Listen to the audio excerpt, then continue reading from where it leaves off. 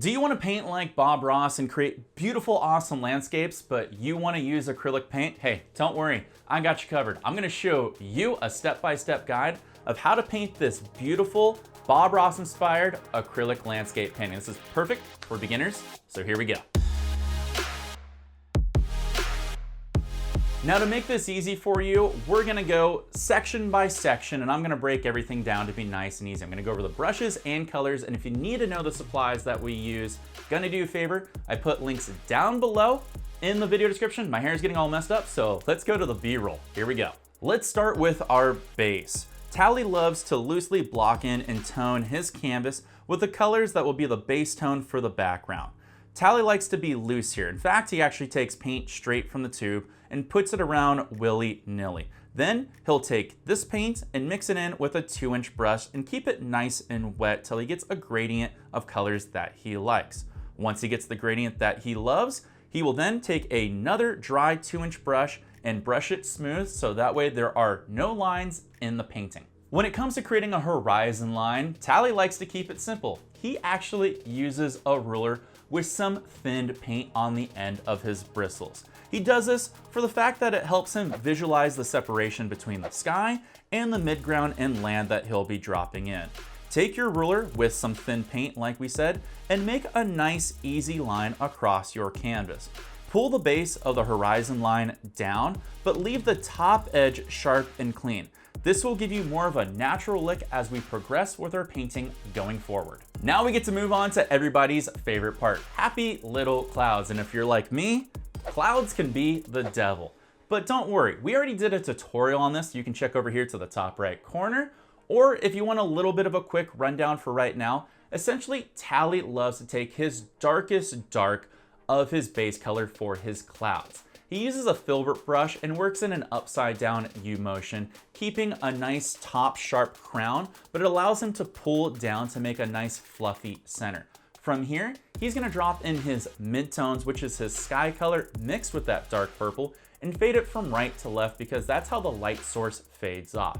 From here, he's gonna add 2 types of highlights. He's gonna add a normal highlight, which is that cloud color mixed with a lot of white, making a very light purple color. This allows him to shape the clouds in the defined ways that he wants.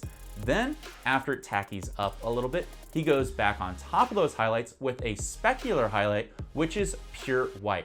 This makes it look like the cloud has different densities in it, and it looks like light is coming across and kissing certain elements of the clouds, making them stand out even more. I really recommend taking a look at this video here because it really does go over how to make these clouds look awesome and surreal with a great focal point to them. Now we can move on to our midground. We're gonna block in all the midground and foreground shapes to help us visualize the lay of the land. Most people struggle when they're making landscape actually visualizing it. So don't be afraid to use a reference photo and block in all the shapes that you need. Once you've blocked in everything, you know what? Allow it to tacky up for about 10 to 15 minutes before you move on to the next step. To shape the midground trees, we're going to use a dagger or angle shader to create the distant treetop look. But we're gonna fade the bottom with a clean filbert or square brush. This is going to add natural depth to that midground and horizon layer. To create the loose leaf look on the side of your bushes and tree, we're going to use the side of a fan brush and tap in gingerly with different pressures to create bigger leaves and smaller leaves. The highlights are created in the exact same way with this brush. Just wait a few moments in between your blocking in of the darker purple colors and the highlight and specular highlights you will be adding on top of your bushes and trees. Basically, just follow the same steps that we just did with our clouds or that tutorial that I mentioned earlier. Also remember, when you're putting in your highlights and specular highlights, don't eliminate all of your dark colors. You have to remember where your light source is and naturally fade your highlights into that darker color. This is gonna help you create a more natural look in your painting, and it's also gonna create beautiful contrast, making it stand out even more.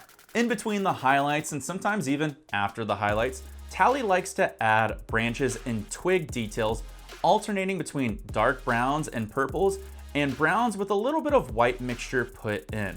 All of this is done with a script liner brush, and the paint has been worked down into a milk-like texture. The reason Tally likes it to a milk-like texture is this allows the branches to flow off his brush super easy. This will also create the effect of different style of twigs and branches, some close and some distant because of those darker colors he's adding, and some of that slightly lighter color he is adding. Now we get to move on to our water. To create the sparkling of the water, we need to use a flat, dry brush and a dry canvas. So allow your canvas and painting to dry up or tacky some. Now you're probably asking, why a dry brush and why a dry canvas? That's a great question. That's because we're going to use a technique that is a dry brush blending technique. It's a certain technique that will allow us to make our paint be dry and patchy when you brush it across the canvas. This is great because the paint's gonna grab the canvas at random points, creating natural random sparkling effect, and that's exactly what we want. It's basically gonna look like the wind is pushing across the water, creating these little white caps, and sunlight is hitting it, and all this is done with this easy dry brushing technique. Now we get to move on to something fun. We're going to create some God light, which I know a lot of people have been asking me. If you don't know what God light is, essentially it's a concentration of light beams coming across your painting or a particular area. To achieve this effect, we're gonna use the same dry brush technique that we just did, except we're going to use a ruler so we know that our lines are nice and straight. This will help us control our lines, but basically it's gonna keep them straight and allow us to naturally expand them in the right positions. Use only a little bit of paint here. You can always add more if you like, but once you add it, you're pretty much committed and there's no turning back. When it comes to creating God light, you need to remember where your light source is again. Remember to fade your light as you get further away from your light source. Now that we've added in all of our flora, let's go ahead and add in a little bit of fauna. We're gonna drop in a couple of birds here. With the same combination of color we used for our clouds, which is dark and purple, mixed into a milk-like texture, we're gonna create some flat V shapes at different heights and angles. Remember, the bigger the V shape is, the bigger and closer the bird is to the foreground. The smaller the V, the more distant the bird is. If you want to accentuate your water even more, we can add even a little bit more of specular highlights. So what am I doing?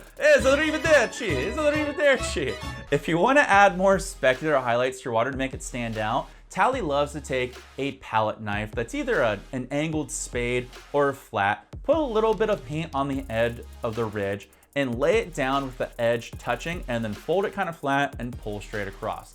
The effect he's achieving here is it looks like it has more defined white caps, or like we said before, that wind is even pushing harder. And as you slide the knife across, you're gonna get more patchy looks because it's dry paint on a drier canvas, creating more of a natural look like the waves are breaking at different points. But you don't have to do this if you don't want to, but hey, you've made it this far, you might as well do it.